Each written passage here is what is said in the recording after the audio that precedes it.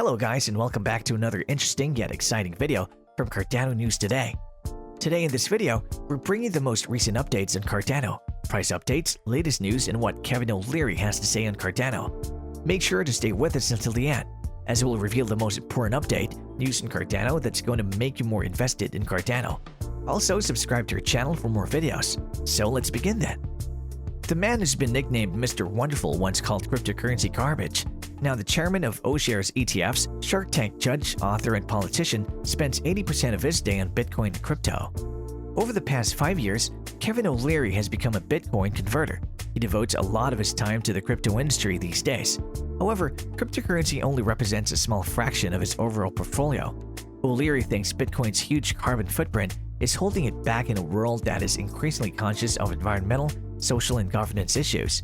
He argues the environmental cost of Bitcoin mining is an integral reason why monetary institutions have not accepted the flagship computerized currency. Without a doubt, O'Leary has made no secret of his frustration with what he calls blood coins. In May, he told CNBC that he thinks two kinds of Bitcoin will ultimately rise: blood coin from China, clean coin mined sustainably in countries that use hydroelectricity, not coal. Mr. Wonderful claims to know where and how all the cryptocurrencies in his wallet were mined. In any case, to do that, he's needed to take positions in Bitcoin mining companies that sold him sustainably mined coins. That option isn't open to most retail investors.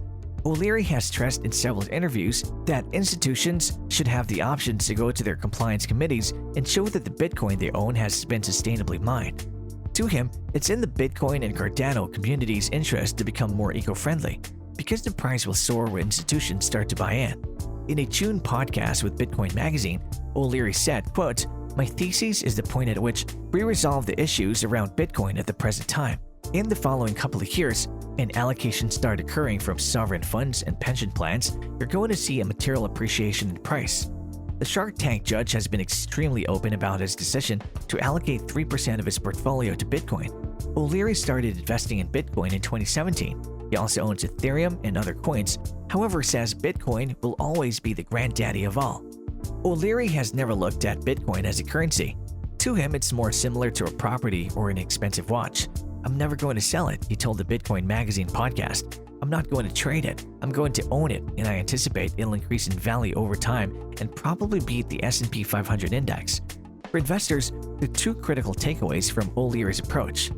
By investing for the long term, O'Leary doesn't get hung up on everyday price volatility. He believes Bitcoin's value will ultimately increase and is comfortable holding through sudden price drops. He only invests a small level of his portfolio in high-risk assets like Bitcoin and keeps a bigger proportion in safer investments. This manages some of the risk of cryptocurrency. Regardless of whether Bitcoin and Cardano fizzled, it wouldn't place a significant dent on his holdings. Bitcoin is not O'Leary's only crypto interest. The seasoned investor as of late stepped into the world of decentralized finance, or DeFi, an umbrella term for monetary applications that cut the intermediary out of traditional finance.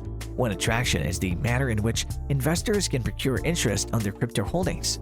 O'Leary has invested in a company called DeFi Ventures, which aims to make it easy for consumers to own and monetize Bitcoin. Following his investment, the company renamed itself WonderFi as a nod to his Mr. Wonderful moniker. WonderFi's mission is to demystify cryptocurrency and DeFi services to assist with making ready for more mainstream adoption. Many cryptocurrency services have developed so rapidly that they're not as user-friendly as they could be. That is something WonderFi seeks to change. With that being said, let's move on to the latest news and updates on Cardano. Significant updates. Cardano founder Charles Hoskinson as of late confirmed he had signed a Memorandum of Understanding, or MOU, with the government of Burundi. This MOU agreement is Hoskinson's first major preliminary agreement he has secured since kickstarting Cardano's African tour in mid-October 2021. Before traveling to Burundi, Hoskinson had visited Zanzibar, where he held meetings with Hussein al-Minwi, the island nation's president. However, it's Hoskinson's Burundi visit that has assisted Cardano to accomplish his latest major agreement with an African state after it signed another deal with the Ethiopian government back in April 2021. To break the news about his interactions with the Burundi government as well as Cardano's latest accomplishment, Hoskinson went on Twitter and shared some key moments of his Burundi tour. In his last tweet, he said, "Yes, we signed an incredible MOU today."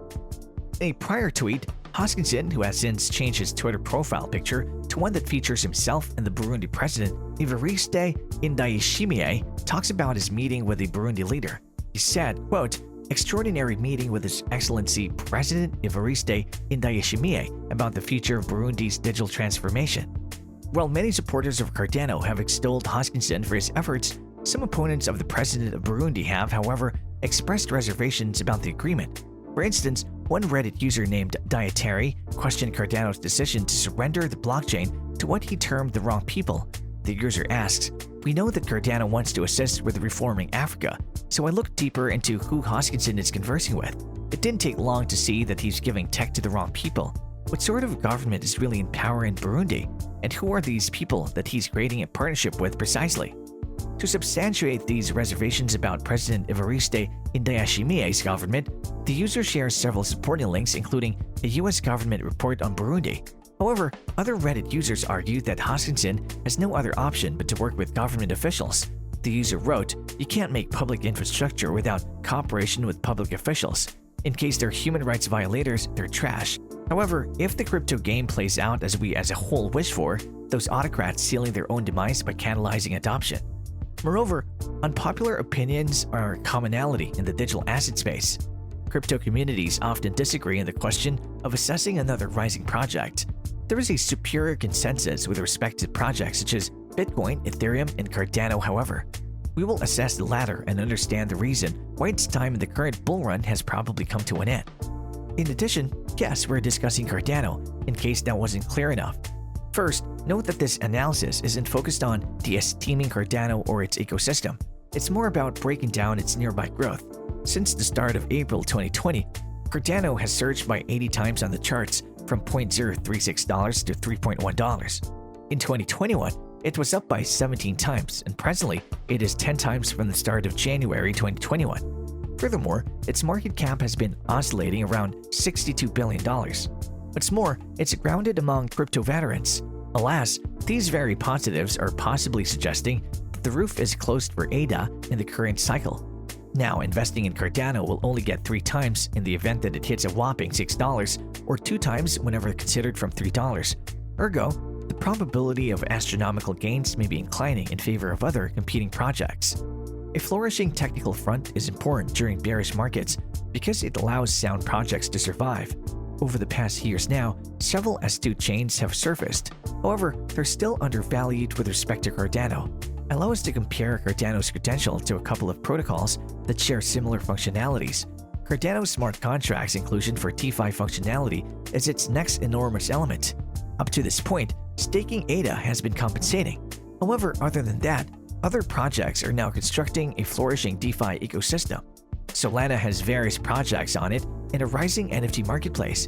BSC dispatched in January 2021 took BNB's value from $40 to a whopping $600, and projects like Luna, Phantom, and Polygon are creating traction. Cardano is yet to enter this foray, and here, network effect comes into play. What is the network effect? Indeed, technical efficiency and development often lead to hype and market speculation, which leads to a positive price effect. Exhibit A, Ethereum. Now, popular commentator Sheldon Evans as of late clarified that the network effect for the wide range of various projects barring Cardano is developing. What's more, the hype and market speculation is going to find them, taking their valuation higher than ever. Cardano may be going in reverse, however. Its ecosystem has effectively been under the light of intense hype and market euphoria, and technical efficiency is playing up to speed. Furthermore, technical developments affect the price.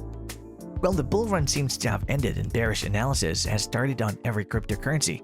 So guys, hold on to your ADA. It'll take time, but slow and steady wins the race, so be patient. So that brings an end to today's video. Like, share, and subscribe to our channel Cardano News Today. Also, let us know your thoughts on ADA in the comment section.